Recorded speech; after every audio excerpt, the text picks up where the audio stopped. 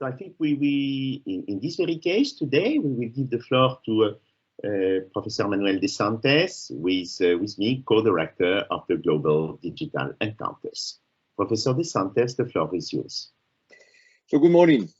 Thanks, Professor Manderia. Good morning. I should say good morning, good afternoon, good evening, everywhere around the world. I am Manuel de Santos, and this is our 20th Global Digital Encounter. You are most welcome again to our monthly meeting. So please be ready to spend a very enjoyable hour with us. If I remember well, it was last November 2021 when we opened the Pandora box of the standard essential patents. And then we devoted a full session to issues relating to licensing mostly. I still remember that when closing the discussion after 1 hour, one fascinating hour like today, I publicly confessed that this topic was a dream for a professor of private international law.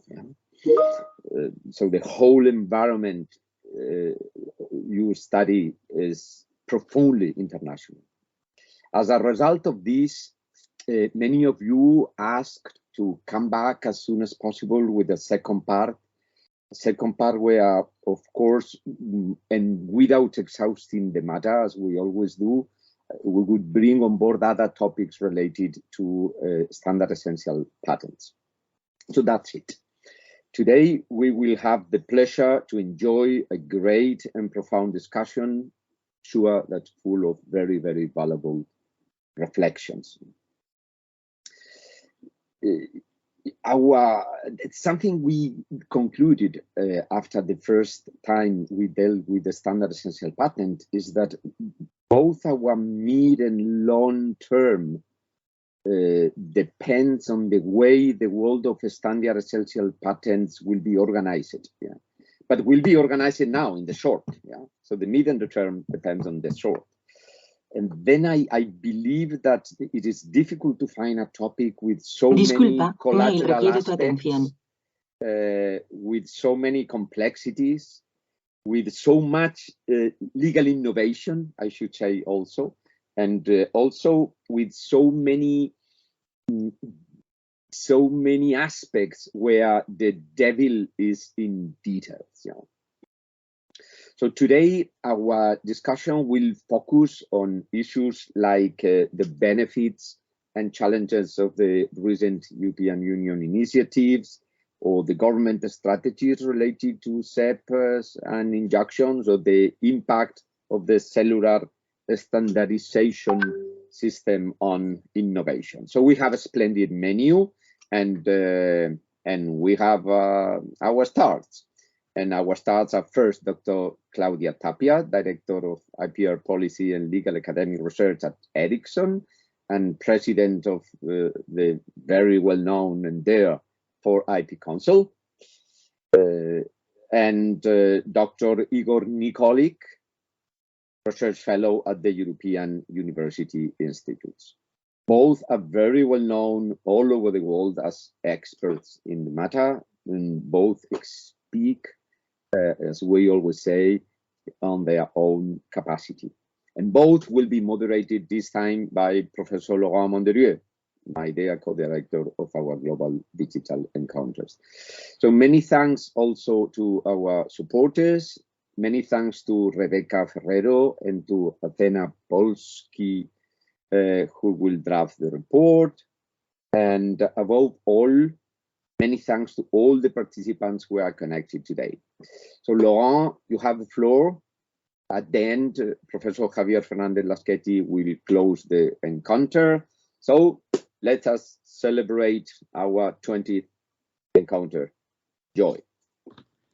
Thank you very much. Thank you very much, Manuel de Santos, Professor de Santos, for this introduction. I shall have the pleasure to be the moderator for this subject, which indeed is really one of the most dynamic ones in the field of intellectual property. As Professor de Santos has underlined, This is very rare. It's very rare in the digital encounters, in the global digital encounters, that we do twice an encounter on the same topic or related topics. And in this very case, due to its importance, with a bit of a different focus, we decided to do this second encounter, totally focusing this time not only on licensing and standard essential patents, but on standard essential patents in general. Why? Simply because of the major importance in the marketplace of standard essential patents and of their circulation, of the two aspects of it. And also because there are new initiatives in Europe, in the European Union, from the European Commission, that may ease or may challenge the way the system is currently organized. Standard essential patents are really much connected in the post-COVID society to technological development. They are essential, as the word says, in many, many economic sectors, and therefore they are really getting of major interest of business, large corporations, of course, but also smaller business, governments, public authorities, and that's why it is so important at Global Digital Encounters that we concentrate on this subject related to the future. So my first question to both speakers, initially to Dr. Igor Nikolic and then to Dr. Claudia Tapia, is related to the whys of the importance of the standard essential patents in this very moment. So Dr. Nikolic, the floor is yours initially, and then we will have the comments and the views of Dr. Claudia Tapia. I'm happy and honored to have exceptional speakers today with us. Dr. Nikolic, the floor is yours.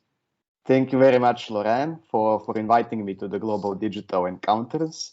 And I will start first by providing briefly a general picture about the open standardization system. And when we talk about technological standards, we often mean the widely used standards such as Wi-Fi, 3G, 4G, Bluetooth standards. And how it functions is that companies usually come together within organizations called standard development organizations, and where engineers work together to produce the best possible technical solution.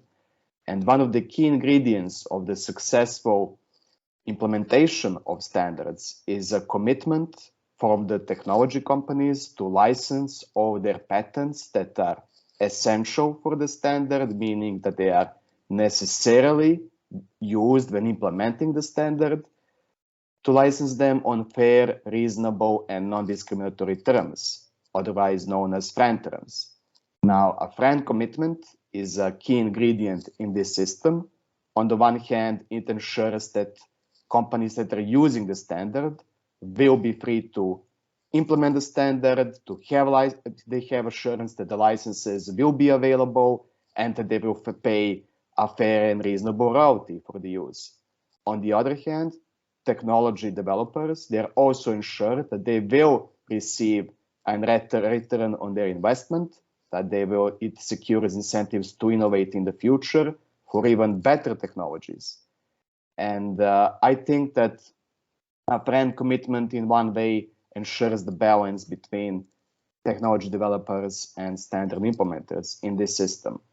Now, why the standardization is important? It's, as I said, it's important because it brings together in collaborative environment companies to work together to produce the best possible technologies, and that's an alternative to a closed proprietary systems, de facto standards on the market, which are controlled by one company, which may or may not be licensed to others. And I believe it's very important in this system to be aware of this dynamic between private instruments, which are standard development organization, FRAND commitments, patent pools for licensing, which also operate under the umbrella of public instruments, which are competition law, which kind of indirectly regulate this industry, guidances by competition authorities, case law by courts. And just to add, when we talk about SEPs in the future, I think we need careful empirical evidence whether there is a market failure that needs to be remedied.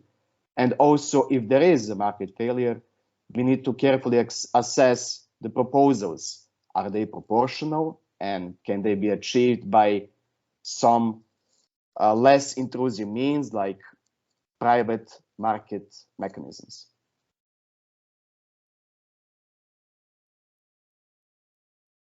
Thank you so much. Thank you, Igor, for your words. I would wish to give the floor to Claudia to have your views connected to what Igor has mentioned, or even with different approaches.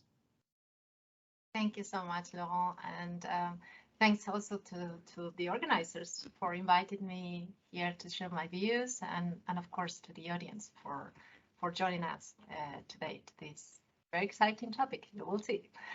So I was listening to your comments, Laurent, and also to Igor's, and I was thinking about how front licensing at the beginning was kind of the topic that we were only discussing, barely only in the telecoms field. But as more and more things are being connected, thanks to the Internet of Things, this topic, cellular standards and front licensing is gaining importance across all kinds of sectors. And I'm talking about transportation, energy, education, security, sports, manufacturing, you name it. You see companies from all these kind of sectors enhancing their products, their services, the processes with cellular standards. What we are talking about is 2G, 3G, 4G, 5G now. So it's no wonder that the decision makers are paying a close look at the standards and at the licensing. For example, the European Commission has launched 3 initiatives that in one way or another are impacting the standard essential patents, or SEPs. We're talking about the new framework for SEPs, the draft guidelines on horizontal cooperation agreements, and the EU's new industrial strategy. Let's take for example, the new framework for SEPs. Here, this framework or this initiative follow an announcement from the Commission that took place in 2020. And at that time, they were already talking about a possible reform to ensure an efficient SEP licensing. So what does the Commission want with this initiative? I selected 3 main points that I think are relevant for today. One is they're talking about an independent third-party essentiality assessment, so to really check whether those declared potentially essential patents are essential. But it's not clear who is gonna take care of it. I hope the EPO, if someone, who's gonna pay for it. But especially the question, is it needed at all? They're also talking about having kind of front clarified, but the more rigid a system is, the less flexibility will be for licensing negotiations. Is it something we want?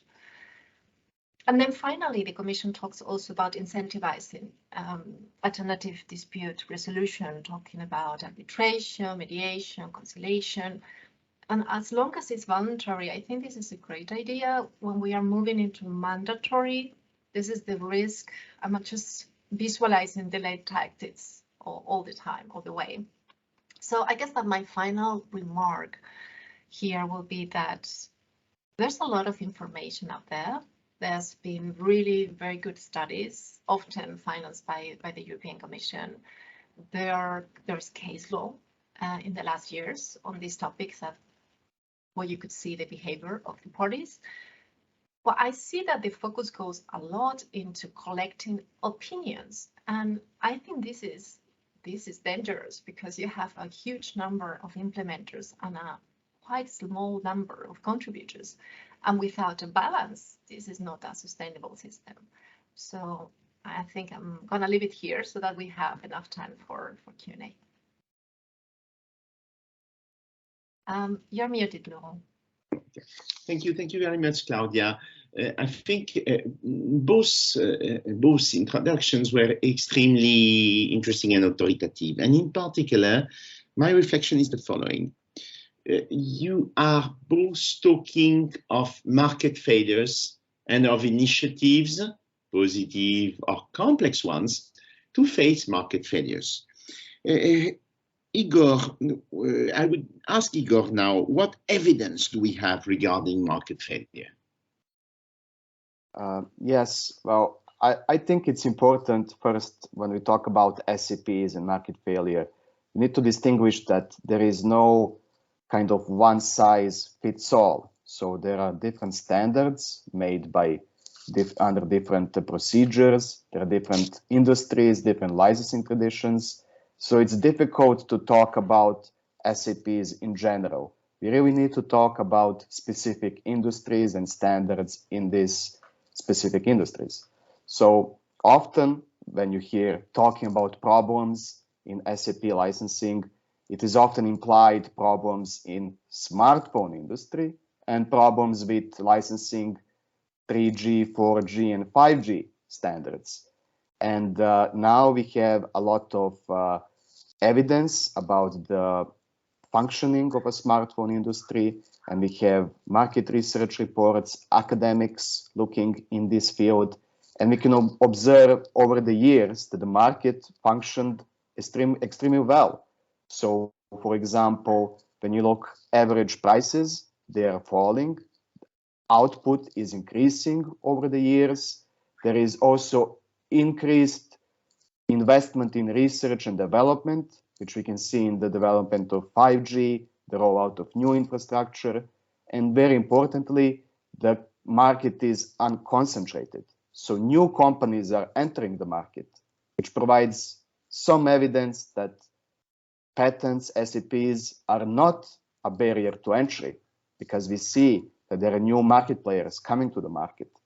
So just to give you a picture, the latest estimate for the mobile economy in 2021 is 8.3 billion SIM connections, $4.5 trillion of investment, 5% of the global GDP, and employing 26 million jobs. So we can see that the industry is performing well. And I think it's important then to keep in mind when we talk about SEPs, we really need to look at specific industries and specific standards, and then try to measure, is there an evidence of market failure or not?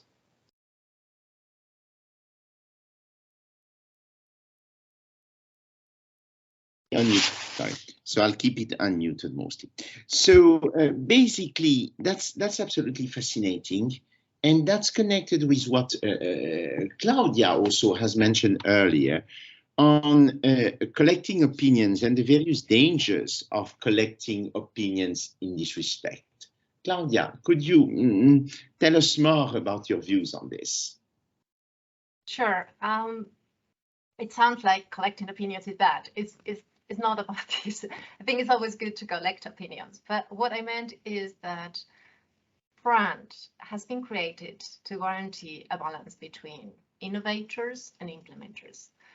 We have a whole process when we are developing a standard, when we are making any change on the IPR policy, where we follow certain principles that were established by the WTO for the standardization processes. One of them being consensus, and consensus understood as not sustain opposition. Now imagine the Commission takes all these consultations and start using us as statistics. And well, you will get a huge majority of implementers. To give you a perspective, 70% of the technical contributions, 70%, were made by 10 companies.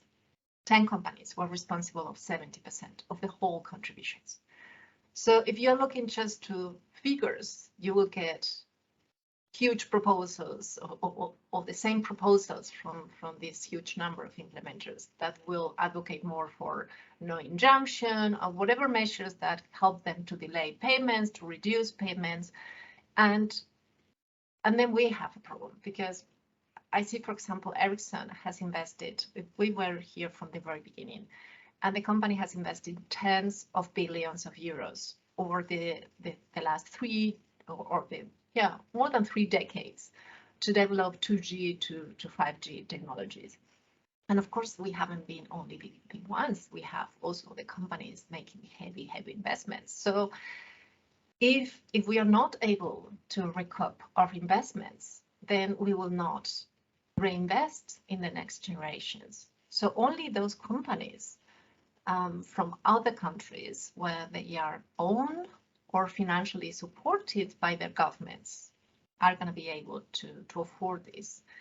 And as Igor mentioned, there's a lot of relevant data out there to look at. And I think this is what I will focus my attention before doing any kind of intervention. Thank you so much for these words. And this brings me, I would say, the following question. You are both raising the issue of competition, and in particular, this connects us to the initiatives of the European Commission, which is, of course, very much oriented towards respecting, developing, making the competition policy of the EU with a certain vision. So how do the initiatives of the European Commissions on standard essential patents are in line with the combination of need for competition policy and need for a straightforward and constructive IP policy? Do you find any concern in these initiatives, but also any major benefits from it? I think I would ask the question first to Claudia, to Dr. Tapia, and then to Dr. Nikolic. Thank you, Laurent. I think I mentioned which are my major concerns, but I think it's also fair to show what are some positive parts, and there's a lot of positive from the initiatives. And I'm going to focus. Let me focus in the new EU standardization strategy. We see on the one hand that they want to promote a green, as you said, green as well as digital transition.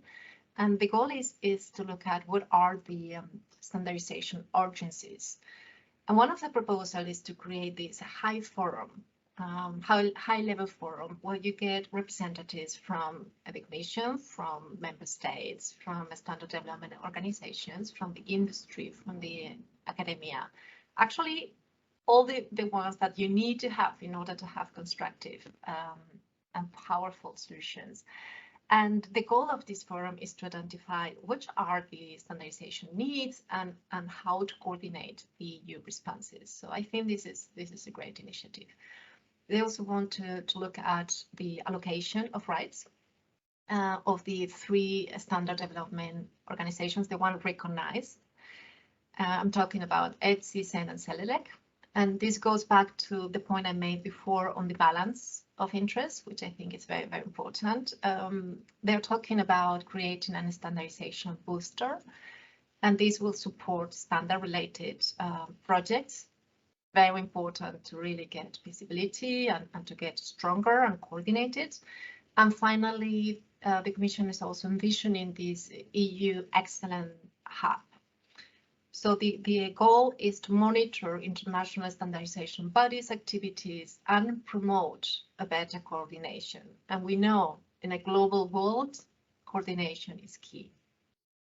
So maybe I leave the floor to Igor to complement and bring his competition law angle.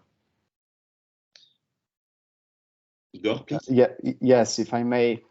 So the European Commission has many proposals discussing how to change or improve the SAP licensing framework. And if I can pick and choose some aspects, so there is one area where they want to improve the efficiency of licensing SAPs in new industries, in automotive, in IoT, which will be increasingly using connectivity standards. And from my perspective, and I have written about that, I think the best way how to improve efficiency in those industries is to have patent pools. So they provide one-stop shop licensing for implementers. They provide knowledge of the royalty rate of a standard. So there is increased business certainty for implementers who can then plan the costs of IP in advance in their budgets. But one of the new proposals by the European Commission is to have, on the other side, implementers coming together in what they call licensing negotiation groups to collectively negotiate royalty rates with SAP owners, be them pools or individual patent owners. And the idea is, in a way, to have one-stop shop licensing of implementers. So that would cut down the transaction costs, and it would make more transparent market. It would make it easier to license. And that sounds all good in theory, but as I have written before in my articles, there are serious competition law problems that we first need to address, and also practical problems. And the problem with licensing negotiation groups, and maybe better to represent it in comparison to patent pools. So patent pools, they aggregate complementary patents. So the economic theory says when you collect complementary assets, they will be priced together lower than where they are priced separately. So if you have pool, the average aggregate royalty will be lower than when priced by individual patent owners. However, when you have licensing negotiation groups, they're all competitors on the market, which increases their market power. And in a way, this opens a problem of collusion and of cartelization. And as the proposal, one of the proposals of the European Commission is that licensing negotiation groups should agree among themselves on the royalty level that would be acceptable for them, on the licensed product, on the level of the production chain where to license. And to agree on that, that's all requires exchange of sensitive commercial information. So the value of the technology, their cost, their projection, sales projections, their prices. And in a way, this is agreement on the price. And this has been known as buyer cartel, and the European Commission has a long practice of sanctioning buyers' cartels. And I don't see a way how you could get away of competition law prohibition against buyers' cartels. And just to add two more points. So the idea with licensing negotiation groups is to have ideally collection of the whole industry. So it's not about small companies coming together, which we may attempt to justify, but it's about the whole market and big companies coming together and negotiating about royalty rates with SAP owners. So that's another problem from a computational perspective, and the European Commission has in its guidelines a market share threshold of 15%, and all the cooperation between competitors above that market share threshold is suspicious. And from the practical side, I don't see how these proposals will make licensing more efficient, because implementers may decide, okay, let's come to this new collective, try to negotiate, and then later on say, well, I don't like what was being negotiated. Let's negotiate then again individually, and then we use the information they obtained in this LNG and then to insist on lower royalties and delay licensing even further. So there is this, I think, different perspective from patent pools, which I believe increase efficiency, and this new proposal of licensing negotiation groups, which needs to be seriously considered. The competition problems need to be seriously considered, and practical problems. Thank you very much, Igor. This brings me to think about the issue of patent pools, of which for which you both give a lot of emphasis and priority. And I wouldn't wish in this encounter that we remain only in concept, but also see how they are applied, so that our public can really fully understand them. And in particular, perhaps I would ask to Claudia, to Dr. Tapia, to tell us more about the example of the patent pool Avanci, which is a fascinating one, and that shows precisely why they are perhaps more important than some of the regulatory proposals. Claudia, the floor is yours. Sure. Let me start a little bit, couple steps back. Avanci was created, or right now, the origin of Avanci comes, we'll say, from 2010, when we realized the automotive was using our technology massively. Actually before, but I'd say, let's say 2010. So we first approached them and we explained them, well, that they were infringing our patents, and either told us that, you know, that they were new in the field, that they didn't have this knowledge about front, that what they wanted to have is one place where they could take a license, a one-stop shopping, of at least major portfolios, so that they don't have to go bilaterally to every single of the SEP holders. So this was the origin of Avanci, which is an independent licensing platform that was created with this purpose: have transparency, large portfolios being included, a reasonable royalty rate. And when it was created, Avanci started to negotiate with the SEP holders and with the SEP users, and it took 7 years. I'm talking about 2017, when BMW signed the first licensing agreement, and then the royalty rate was published in the website. $15 one-time payment, that's it. A car wash payment, I would say.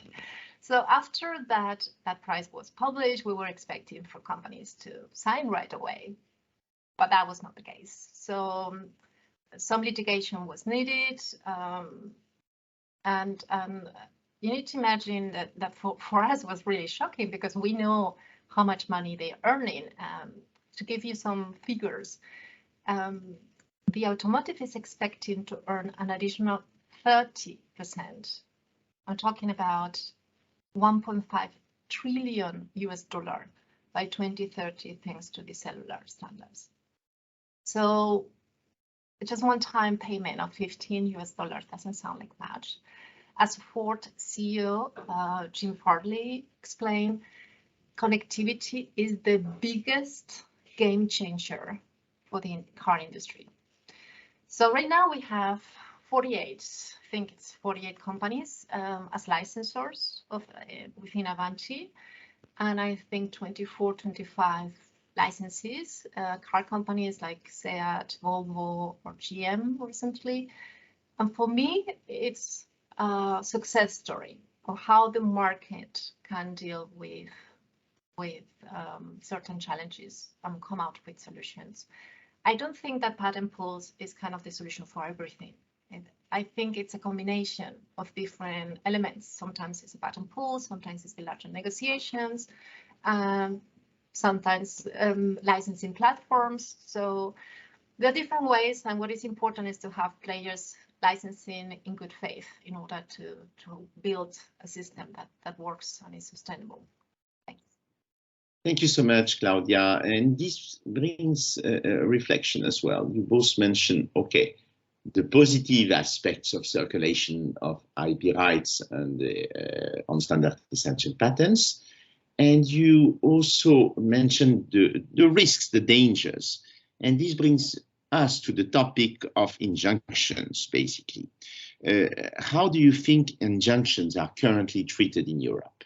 How do you think that the injunction system is working, and in particular, concerning the views of the approach taken by the Court of Justice, the European Court of Justice? Claudia, could you give us a brief reply on this, as we then need also to leave? We have other questions, and we need to leave time to our audience for the questions that are in the chat. I'll be short. I'll try. So I think that the Court of Justice of the EU has created really a balanced system. And you know why I know? Because when they published it, I got complaints from both sides, contributors and implementers. And I feel that when you create something equally comfortable for both sides, you got it right. And I think at the end of the day, it's about encouraging both sides to come to the table on good faith, that they don't delay, that they don't put extra pressure, but they really act in good faith. And that's why how the commission, the court established some steps that are not to be interpreted in a strict, rigid way, but more holistically. So what has been the behavior of the parties, and courts consider that before granting an injunction or allowing for a front defense. And by the way, you have in 4AP Council, like number 4, and you see the logo here, 4AP Council.com. You have we have a part where we have collected all these steps, where we have summaries of front case law, and also these national courts guidance. So how national courts have interpreted the ruling in practice. So with that, you can really have an understanding which are your rights and obligations when you are negotiating on front. Was it short enough? Yeah, absolutely, Claudia. Since I have many more questions as well that I would wish to raise, and I connected to this question of injunctions. This time I have kind of a complex question for Dr. Nikolic, and this relates to the moves that have been taken by the European Union at the World Trade Organization. So the European Union has asked the dispute settlement body to launch consultations with China on precisely injunctions and on issues that the European Union and to a certain extent the United States of America do not see favorably in terms of injunctions in China.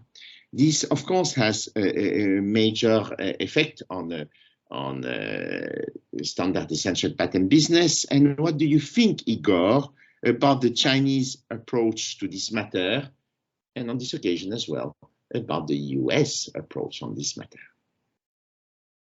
Thank you, Laurent. Yes, so Chinese and US approaches to injunctions for SEPs is a bit different than in the EU. As Claudia mentioned, we have in the EU system under Huawei versus ET, which is neutral, impose obligation on both parties. And in the US, it's a different. There they have an eBay case, and we don't see injunctions actually being litigated in the US. It may be because companies are scared, and we have seen the US Department of Justice is now formulating a new position, new strategy on remedies for SEPs.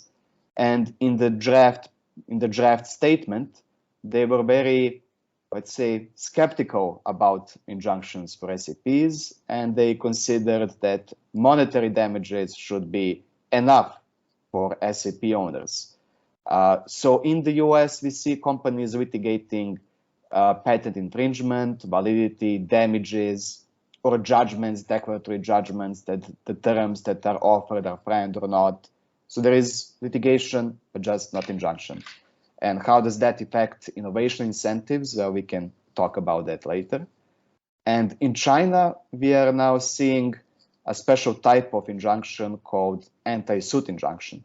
And what happened is that companies initiated a case in China asking for a court to determine friend terms, global friend terms, and then the Chinese court issued anti-suit injunction, which prohibited parties from litigating and asking for injunctions on their SEP portfolio anywhere in the world. And second, prohibiting companies from litigating friend terms anywhere in the world.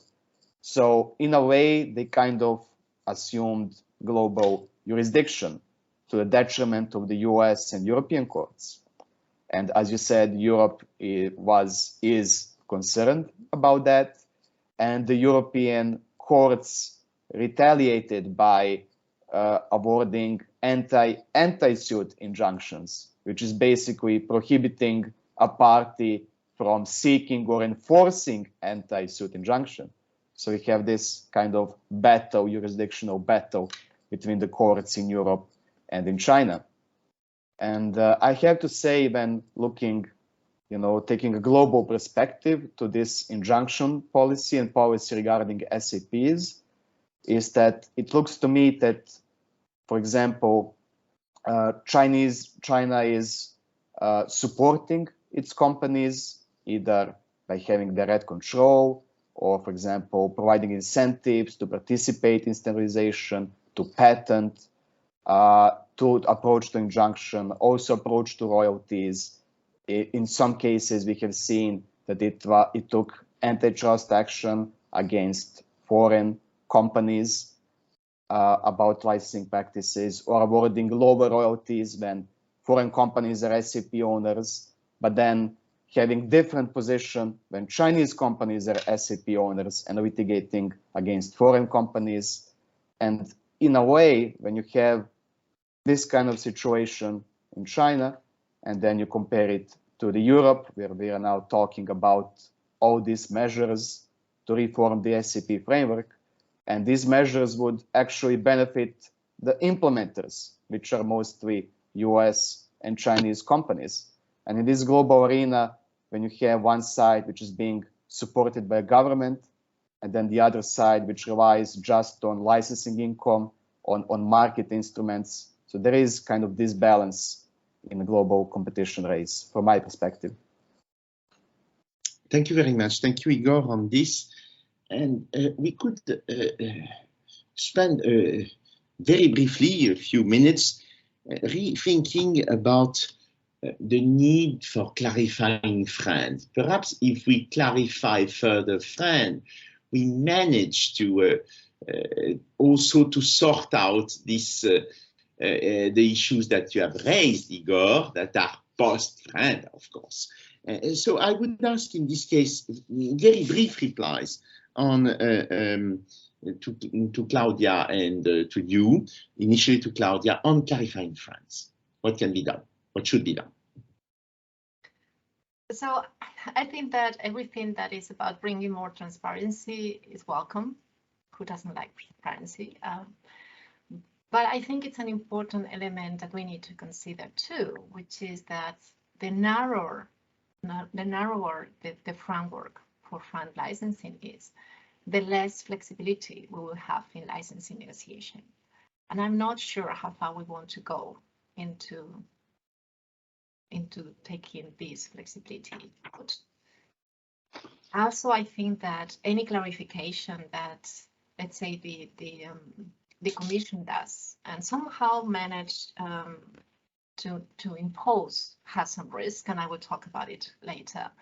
But if we want to have a clarification, I believe it should be done by a standard development organization, let's say, for example, ETSI, following the WTO principles. I'm talking about transparency, consensus, impartiality, openness, because we saw what happened with IEEE, maybe Igor wants to talk about later, when you get a definition which is unbalanced and somehow favor one over the other, in this case, implementers. So let's think now that somehow the Commission comes out with a definition, that this definition is unbalanced, favors implementers. Well, in that case, you need to think about 3GPP. That's where all these 2G, 3G, 5G, now 5G are being developed. These members, it's a combination of 7 standard development organizations. Right now, 3GPP members usually go to ETSI, they declare those patents and patent applications that they believe might be essential, and they also make their declarations to make those patents, should ever become essential, available on FRAN terms and conditions. But if we have that situation, maybe these members may decide to go to another standard development organization, one of the other 6, maybe outside Europe, maybe outside US, and then we will have an IPR policy where we will not have any kind of control about, do we want to have that? I So it's always careful, a balance between what is transparency and how to take certain decisions. Igor, very, Yes. very briefly, since we have many, I see that many questions are accumulating in the chat. Yes, so I would like to bring experience from the past. So we do have empirical evidence of IEEE, which is a large international standard development organization responsible, among others, for Wi-Fi standard. So they, in their IPR policy from 2015, they provided a definition of friend, in a way wanting, as you said, to bring more certainty, to know what friend is. And the process under which this new IPR policy was adopted is that SEP owners, the large SEP owners, were outvoted by implementers. So the IPR policy was, in a way, adopted following an opposition by large SEP owners. And it does provide definition of friend is. For example, it provides that injunctions are restricted, so they can be sought only after all other patent and friend royalty determination has been litigated to a final judgment. It provided a definition of friend rate, meaning that, for example, it excludes all the value resulting from the inclusion of patents in a standard and basing royalties on the smallest sellable patent practicing unit. And it also provides that SEP owner is required to license to anyone in the production chain, be it component manufacturer, subcomponent, and device manufacturer. So in a way, it did provide, as you said, clarity, but the effect, we can now measure the effects, what it had on innovation. And some studies have done just that and found that actually majority of companies decline to license their patents under the new IPR policy. So you can see over time there is an increase of negative letters of assurances, and there are many and less positive, meaning less companies wanted to license under the new policy.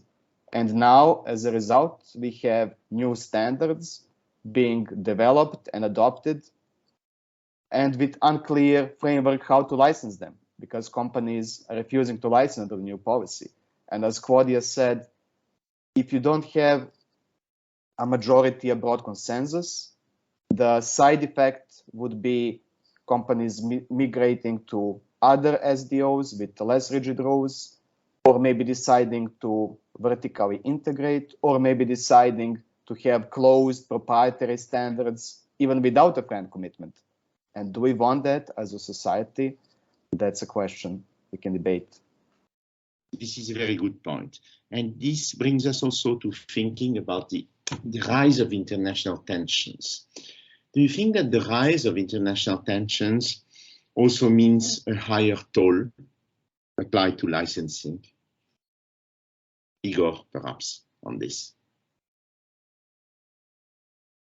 Do you think that the fact that the world is more tense than it was 5-10 years ago means higher toll?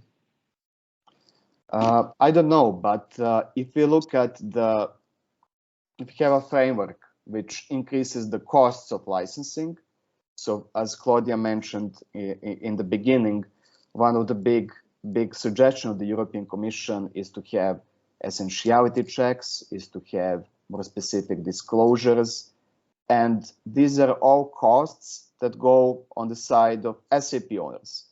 And if one side has more costs to participate in standardization and to license patents, then we can talk about what's the consequence. And perhaps more costs on the SEP owners would be translated into higher licensing rates, which would then be passed on to consumers in the form of higher prices. And also the effects on participation of small and medium-sized companies. So we want to encourage participation of SMEs in the standardization framework. And if you put extra costs, that's additional burden for them to participate. So I think we need to have this perspective in mind when you talk about imposing additional costs or imposing new measures. Thank you. Thank you. I have one penultimate question. We made a very broad review of the issue of standard essential patents, including FRAND, including injunctions. Are there any other issues you want to you'd like to raise? Very, very briefly, because time is really going on. We still I have tried to incorporate in my questions now a few of the questions that are in the chat so that we really cover the maximum of them. But please, I would propose Claudia to talk first. Sure, I try to be brief. You know, we are approaching a world where more and more things are being now connected. So if we want to continue this amazing digital revolution, we need to have this balance between innovators and implementers. And that's why it's so important that before any kind of intervention occurs in a system that right now works successfully, that they look at the evidence. Is there really a systemic problem? Right now, I don't see it. What I see is examples like Avanci, that they show that the market finds solutions to the new challenges, because of course with the IoT we have a lot of challenges, but the market comes out with solutions. And in those situations where we have one of the parties kind of not, you know, being outside that framework, not behaving in good faith, we have courts who have been able to come out with solutions or decisions. We have seen also antitrust bodies in the cases, rare cases that has been an abuse, have been able to intervene. So right now, I guess my final remark is look at the evidence before doing any change. And then if you change, is it going to be better than we have right now? That's very good messages. Very good. And also, I think this applies to so many sectors, such as agriculture, transport, health, and so on. So this is why it's really important for society. And I think your approach is really central on it. Igor, what are your views on this? What are the additional points you want to raise? Very, very briefly again, because I'm piled with questions, so I've tried to incorporate them. Okay, very briefly, I would say 2 points.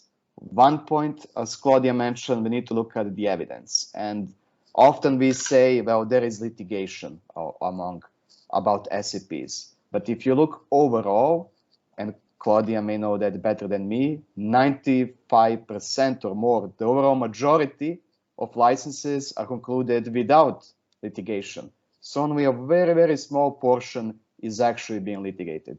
And litigating is not a bad thing. Then you have courts resolving a dispute, then we have court precedents, we have guidance.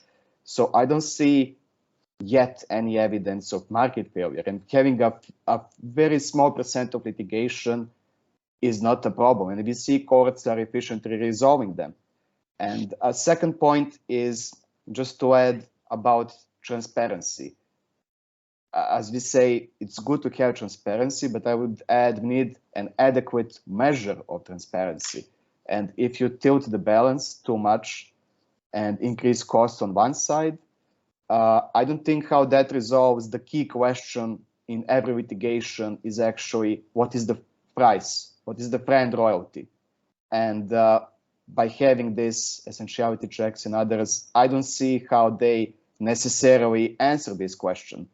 And again, about transparency, we do have a lot of SEPs, yes, that's true, but actually very small percent of patent owners who are actually licensing SEPs. So, and these SEP owners have published often their FRAND terms in advance, and you can approach the company, ask for the price.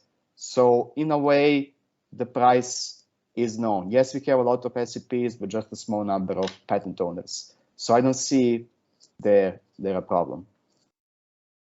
Thank you very much. I have a last question or a last comment concerning the role of WIPO. As you all remember, WIPO is of course very active in promoting systems for international registration of patents, but states have never been too much in favor of establishing international standards for licensing, and that of course has effects on standard essential patents, on licensing standard essential patents. You pointed out that there is not much litigation, but this is something very general to the IP family. There is a lot of tension and threats between the parties, but at the end, parties prefer to sort out their business together and their tensions together, contrary to many other fields of commercial law. Yet the standards on the international standards on licensing are very old. They are not much existent, and there were some attempts in the 1980s of WIPO on this, on guidelines on licensing, but since then nothing happened. Is there any use for something in this field? Is there any use for international harmonization, therefore at WIPO level or not? What are your views? Igor first, I would say. I think, as we discussed before, it is with IEEE example, it is important to, if we are going to have some definition of FRAND terms, it needs to be open, inclusive, transparent process, and it should not be dominated by one side, but we need to have agreement, if possible, on both sides. Otherwise, it may have negative effects, as we saw on innovation, of participation in open standardization. And I think this is a place, not really for WIPO, but I think standard development organizations. So I think they should provide, if they can agree or if they want, any additional obligations, any other definitions, because at the end of the day, companies are litigating what are FRAND terms, and to know what they are, you need to look at IPR policies. And in my own view, I think it should be flexible enough to be case-by-case specific. In that way, we can include many different scenarios and cases for licensing. But maybe Claudia can say a bit more. I just have one small comment on this. You answered on the creation also of non-creation of mechanisms. Therefore, you are not in favor of what is described in literature concerning international tribunals or on FRAND or on other similar matters. Yes. Well, yes, there have been discussion about international tribunals. And I think, again, this is one of the proposals that sounds good in theory, where you have one tribunal to determine FRAND rates. But we already have that, and that is arbitration. And if parties want, they can always agree on arbitration at WIPO or somewhere else and resolve that matter. But what happens if parties, for one reason or another, do not want to agree on arbitration? And that's a problem if you impose a mandatory system, what it means for the right to access to courts, and FRAND determinations are tied to patent rights. So in a way, how does that affect right to property, patent rights? So those are my reservations about international tribunals. We already have them, and parties may decide to use them if they want. Excellent. Claudia, sorry. Claudia, please. Yes, very briefly. Yeah. I'm thinking on these points, because indeed there is arbitration, but still some parties decide, we offer it very often, and sometimes the party decide they don't want to go for arbitration, and they have the right to go to litigation. And I'm trying now to visualize this international tribune, and I'm thinking, how are we going to manage when we have so many different ways to look at this constellation from Europe versus US versus China?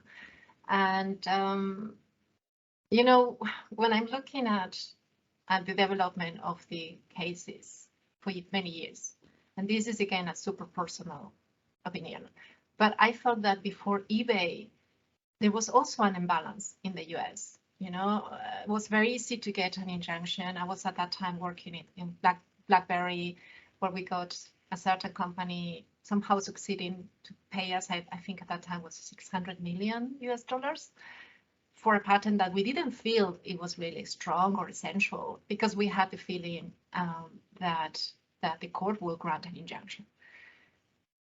And now I look at what is now in the US, and that's exactly the other unbalance. So the good thing is that when you get something very unbalanced, you can go to the other jurisdiction where you feel they got it right. And yes, one could say this is for shopping. I want to think this can be also a way to get it right. So I think it's so important to get everybody in the room in order to get something right, and to make sure that it's not about the numbers of implementers, because otherwise you will not get a balance. And if you don't get contributors bringing that innovation, it's just not going to work. So SDOs might be the best way if you want to go further into clarifying. And we're trying, so it's not an easy task. Yeah, I fully catch the point, and I think your approach gives also a light on the restrictions on this that some member states want to bring on the topic. I just have one last question, and this question comes from the public. This is, I tried to cover during this today's encounter also questions from the public while raising my own questions. There was one which is fascinating. Why are the Bluetooth and Wi-Fi standards so much popular? So why Wi-Fi and Bluetooth are popular standards, and they are far more widespread than cellular standards, cell technology standards. Igor, so why is there not a one-size-fits-all? So Bluetooth and Wi-Fi, a lot of standards. Cellular, less. If I may, I think the comment is linked with another comment, where they are kind of linking these standards to royalty free. Exactly. So maybe Igor, you can go ahead. Yes, well, I'm not sure about the popularity, but as I mentioned, it's important exactly because of this. We have different standards licensed in different ways to different industries. And in some standards, like internet standards, they are decided to license royalty free. But it's important to keep in mind that you don't pay royalty, but you still need to include a license. And there may be some other terms which in a way you're paying, maybe by supplying your data, maybe by controlling your follow-on innovation. So there is a different kind of, maybe not monetary price, but there is a different kind of price attached to it. And Wi-Fi, it is being licensed by IEEE on FRAND terms. And we have seen now how they changed the policy. And now we have a mix and mash about some companies licensing on FRAND, some not. So it's a FRAND-based standard. And Bluetooth, if I remember correctly, it is licensed by a small SDO, and you need to pay an entrance fee, and you still pay a license by becoming a member of that small SDO. So there are different ways how you can price differently depending on how SDO members agree. So I think it's important to keep in mind exactly this flexibility and that there is no one-size-fits-all approach. Excellent. Claudia, you want to add a few words on this? Maybe very shortly, I fully agree with Igor in that sense that at the end you pay something. Otherwise, you don't build something which is costly, and if you don't get a way to return. If I look at 3G and 4G, to create them, we needed over 260,000 technical contributions, and we needed almost 4.5 million working hours just to agree.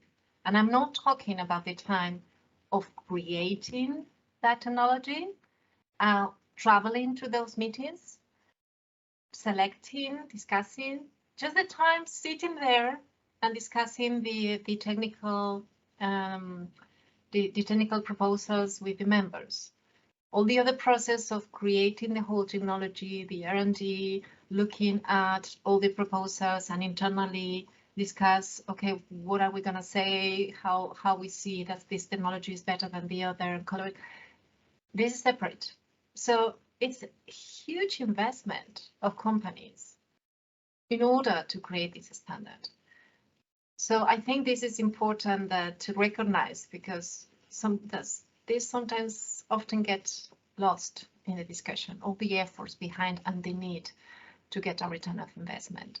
And I think it's the best constellation is when we have everything. You know, we have some standards built in open source, some standards on front, consortia, de facto, you know, we have different elements, and I think it's important. But here in this constellation, when we have cutting edge technology, when we need to have global solutions and we want them to be accessible on front terms and not come out with surprises later on, a price that we don't know how much we're going to pay for services or understanding or implementing, I think that cellular standardization and these principles of WTO that we have mentioned several times are key. Thank you so much, Claudia. Thank you so much, Igor. I think this GD20 will be one of the most dynamic ones of all the ones we had, and I would leave the floor for concluding to our colleague Javier Fernandez Laschetti, who will wrap up. Again, all our thanks for being with us today, and also to our distinguished audience. Thank you, Laurent, and thank you, Claudia and Igor. Yes, I agree. We have had a very vibrant encounter. We have covered almost all the aspects from what is SAP in France to issues that could be fall into the policy issues and competition issues, court decisions, and so on and so forth. It is clear that this question of standardization patterns and friend will expand in the near future, because, well, it used to be something that was confined in a very limited sector, the telecom sector. But in the current economy of data, in the current Internet of Things and new situations we are facing, it is clear that there will be an expansion of this matter. And well, we have also seen how some jurisdictions, such as the European Union, is trying to give some guidelines and some directives and maybe to create a new framework for standardization patterns, in the movement that the European Union is having some initiative, at least in the legal points. And we have also talked about very interesting issues such as transparency and independent assessment and so on and so forth. An interesting example such as the Avanci, something that I know that has had a success after many years of efforts. And we've also talked about something that is always on the table, that is how to solve problems. I mean, either courts, mediation, arbitration, courts of that country, another country, etc., etc. But Igor said that in practice, litigation or conflicts is a minority of the number of operations are dealt in this way. So I think that we have covered almost all the aspects of these, but there's still things remaining, or we will have new issues, new facets of it, or we will need some improvement. So for sure, we will talk about SAPs and France in other sessions in the near future. And that's from my point of view. I wouldn't like to bore you too much with my words. And well, we will talk about SAPs and France, but not in the next session, because in the next session we'll talk about, yes, the metaverse and NFTs. Yes. So keep tuned, and then in the following session we will enjoy with a new global digital encounter about this matter. So that's it, and thank you very much for coming, and thank you for to Igor and Claudia. Thank you to Laurent always for driving this session, and see you in the next Global Digital Encounter. See you. Bye bye. Thank you. Bye bye. Thank you. Thank you.